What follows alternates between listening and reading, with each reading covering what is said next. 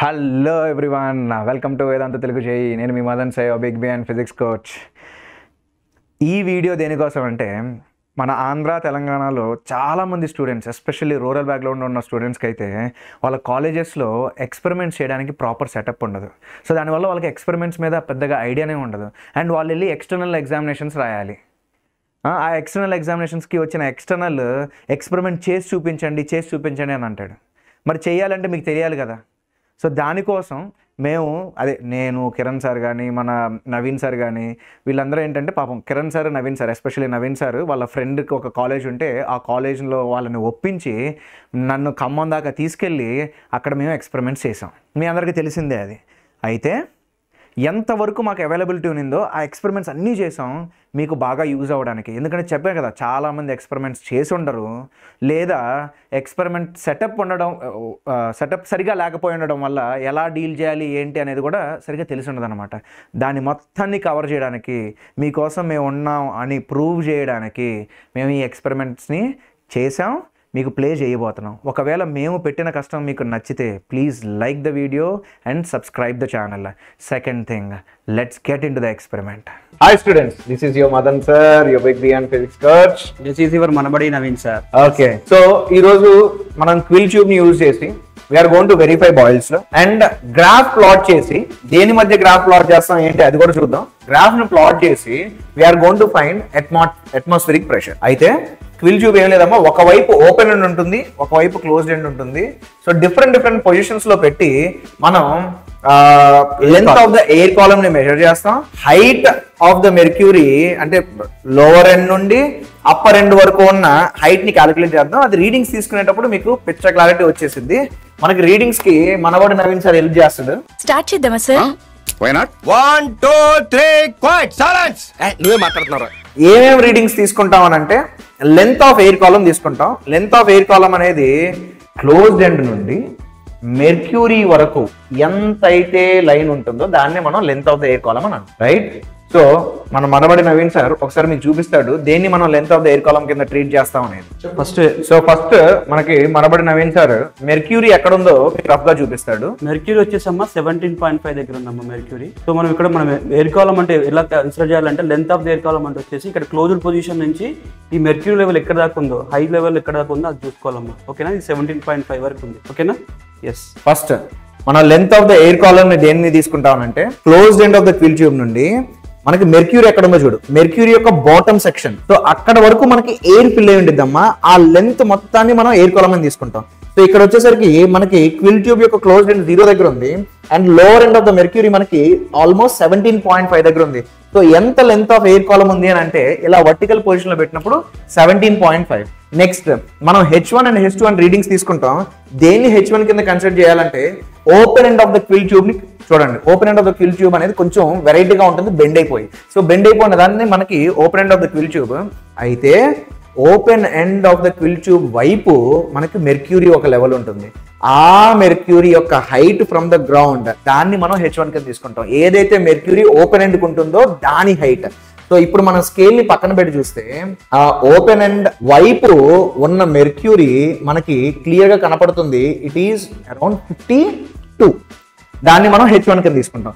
H2 ఏంటి అని అంటే, క్లోజ్డ్ ఎండ్ వైపు ఒక మెర్క్యూరీ లెవెల్ ఉంటుంది. దాన్ని మార్క్ చేసుకొని ఎంత హైట్ అయితే క్లోజ్డ్ ఎండ్ వైపు మెర్క్యూరీ లెవెల్ కనపడుతుందో అది మనకి H2. సో ఇదంతా ఎయిర్ కాలమ్, ఇక్కడికి రాగానే నాకు మెర్క్యూరీ కనపడుతుంది. అది మనం H2 కింద తీసుకోవాలి. అది ఎంత ఉంది అని అంటే 44 ఉంది. 52 and 44 position of the quill tube. Vertical length of the air column 17.5 centimeters. H1 52 కదా, H1 52, H2 44, H1 minus H2 8 centimeters.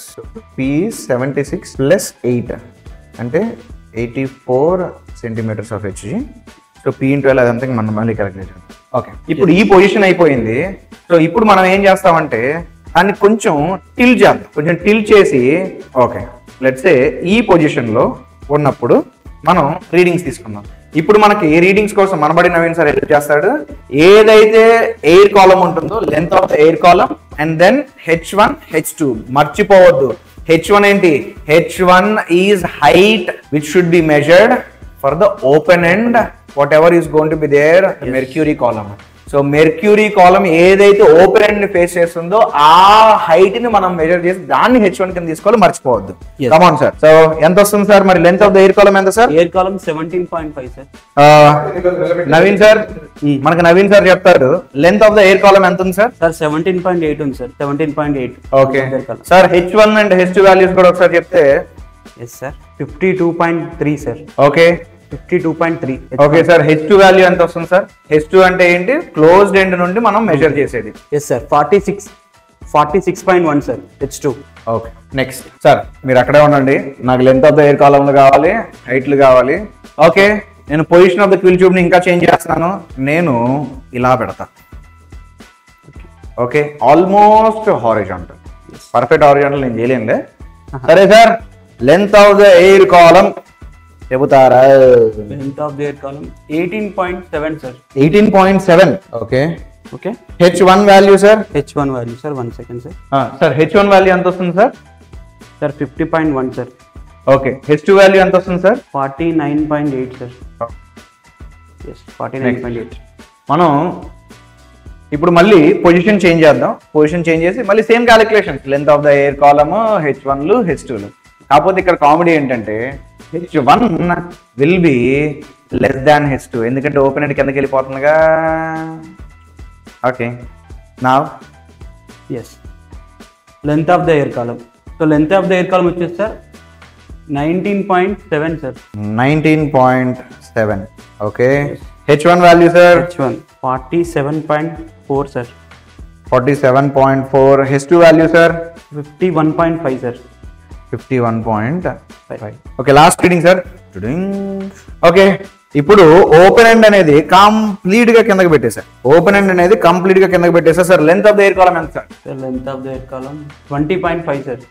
20.5 centimetre. Sir H1 ఎంత సార్? H1 ఓపెన్ ఎండ్ వైపు ఉన్న మెర్క్యూరీ లెవెల్ క్యాలిక్యులేట్ చేయాలి sir. 43.5 sir. Okay sir. H2 value ఎంత sir? 51.5 sir. 51.5. Check చేస్తారా?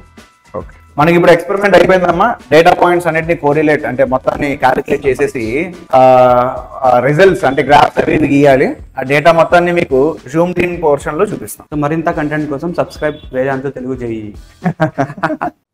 Okay, మనకి బాయిల్స్లో ఏం చెప్తుందనంటే pressure is inversely proportional to volume. ఇక్కడ దేని గురించి మాట్లాడుతున్నాం అంటే మనం ఎయిర్ కాలమ్ గురించి మాట్లాడుతున్నాం. ఏ ఎయిర్ కాలమ్ అంటే క్విల్ ట్యూబ్లో క్లోజ్డ్ ఎండ్కి మెర్క్యూరీకి మధ్య ఉన్న ఎయిర్ కాలమ్ గురించి మాట్లాడుతున్నాం.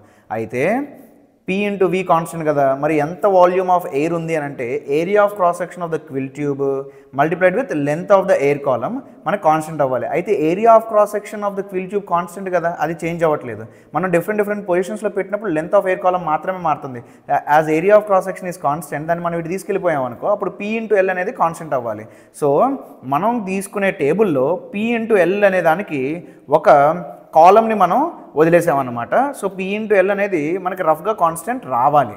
ఓకే, నెక్స్ట్ థింగ్ ఏంటనంటే మనం గ్రాఫ్స్ గీసినప్పుడు మనం అట్మాస్ఫిరిక్ ప్రెషర్ని కూడా క్యాలిక్యులేట్ చేయొచ్చు. ఏంటి అని అంటే మనకి యాక్చువల్గా pressure of the air column, pressure of the air column అనేది capital H plus small h centimetres of Hg. Capital H అంటే 76 సెంటీమీటర్స్ ఆఫ్ Hg. ఇది నార్మల్గా మనకు తెలిసింది. అయితే ఈ స్మాల్ h ఏంటి అని అంటే H1 మైనస్ H2, రైట్? అయితే ఎప్పుడైతే మనకి 1/L అనేది 0 అవుతుందో అప్పుడు L అనేది ఇన్ఫినిటీ, అంటే length of the air column అనేది ఇన్ఫినిటీ. గ్యాస్ మాలిక్యూల్స్ ఇన్ఫైనైట్ స్పేస్ని ఆక్యుపై చేస్తే అప్పుడు ప్రెషర్ అనేది 0. అప్పుడు మనకు P ఏంటమ్మా? Capital H plus small h కదా. P ఏంటిది? Pressure in the air column. So ఆ ప్రెషర్ని మనం 0 చేయాలంటే క్యాపిటల్ H ప్లస్ స్మాల్ hని 0 చేయాలి. అప్పుడు స్మాల్ h వాల్యూ ఎంత అని అంటే మైనస్ క్యాపిటల్ H. సో ఎప్పుడైతే 1/L 0 అవుతుందో అప్పుడు మనం స్మాల్ h వాల్యూని క్యాలిక్యులేట్ చేస్తే it is negative capital H. ఆ క్యాపిటల్ H ఏం డిసైడ్ చేస్తుంది? అట్మాస్ఫిరిక్ ప్రెషర్ని మనకి ఇస్తుంది. మనం ఉన్న పర్టికులర్ లొకేషన్లో అట్మాస్ఫిరిక్ ప్రెషర్ని ఇస్తుంది. అయితే మనం ఎక్స్పెరిమెంట్ చేసినప్పుడు మనకు వచ్చిన డేటా పాయింట్స్ ఏంటి అని అంటే ఇదిగో అమ్మ, ఈ రిప్రజెంటేషన్ ఏంటంటే open end of the quill tube, ఈ representation closed end of the quill tube. మనం ఫస్ట్ చేసినప్పుడు 17.5, ఈ రీడింగ్స్ అన్నీ మీకు తెలిసిందే. అయితే మీరు టేబుల్లో చూడాల్సింది ఏంటంటే H1లు H2లు, స్మాల్ h ఏంటంటే H1 మైనస్ H2. అయితే ఈ ప్రెషర్ వచ్చేసరికి capital H plus small h. ఈ నెగిటివ్ని తీసేయండి, capital H plus small H. ఎప్పుడైతే స్మాల్ హెచ్ వాల్యూ నెగిటివ్ వస్తుందో నువ్వు నెగిటివ్ వాల్యూనే యాడ్ చేయాలి, రైట్? సో ఈ క్యాపిటల్ హెచ్ ఎంత అంటే 76 సెంటీమీటర్స్, స్మాల్ హెచ్ వాల్యూస్ ఇక్కడ వచ్చాయమ్మా, అవన్నీ యాడ్ చేస్తాను. సో పీ ఇంటూ ఎల్ని చూస్తే 1470, ఇక్కడికి వచ్చేసరికి మనకి రఫ్గా కాన్స్టెంట్ వచ్చింది కానీ ఎగ్జాక్ట్ కాన్స్టెంట్ వాల్యూ రాలేదు, ఎందుకంటే మనం చేసేటప్పుడు రీడింగ్స్లో కొంచెం ఎర్రర్స్ ఉంటాయి కాబట్టి. నెక్స్ట్ మనకి 1/L, ఎల్ లేదమ్మా ఇది. సో 1/L ఏంటి అని అంటే 57 × 10⁻³ అలా మనకి ఈ డేటా పాయింట్స్ అన్నీ వచ్చాయి. సో ఫస్ట్ థింగ్ మనకి బాయిల్స్ లా యొక్క వెరిఫికేషన్ ఏంట్రా బాబు అంటే చెప్పాను కదా, పీ ఇంటూ ఎల్ అనేది కాన్స్టెంట్ రావాలి కదా.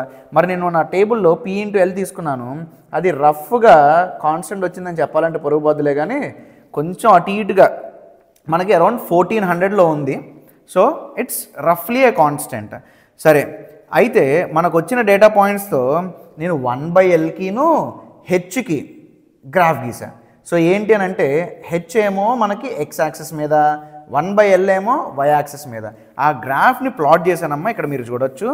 ఒక ఎక్స్ యాక్సిస్ మీద ఉన్న ఒక్కో యూనిట్ 5 సెంటీమీటర్స్తో సమానం, వై యాక్సిస్ మీద ఉన్న ఒక్కో యూనిట్ 10 × 10⁻³ సమానం, రైట్? ఇప్పుడు మనం ఇదిగో అమ్మ, ఇది ఎక్స్ యాక్సిస్, ఇది మనకి హెచ్, ఇదేమో మనకి 1/L. సో ఆ వచ్చిన డేటా పాయింట్స్ అన్నింటినీ పెట్టానమ్మా. కొన్ని పాయింట్స్ అయితే మనకి మ్యాచ్ అవ్వట్లేదు, ఇదిగో ఈ పాయింట్ ఈ లైన్ మీద లేదు, ఈ 4 పాయింట్లు అయితే ఈ లైన్ మీద ఉంది.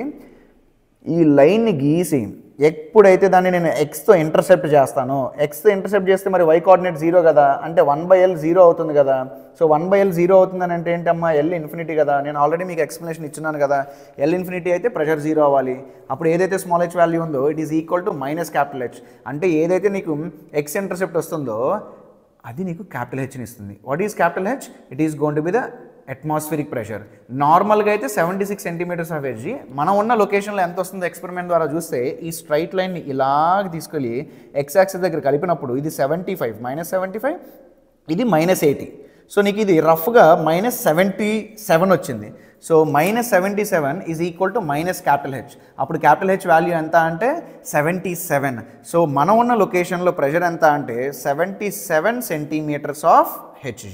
సో ఇలా మనం అట్మాస్ఫియర్ ప్రెషర్ కూడా క్యాలిక్యులేట్ చేసాం with the help of quill tube. దీంతో మనకి వెరిఫికేషన్ ఆఫ్ బాయిల్స్లో అయిపోయింది and we are able to calculate the atmospheric pressure.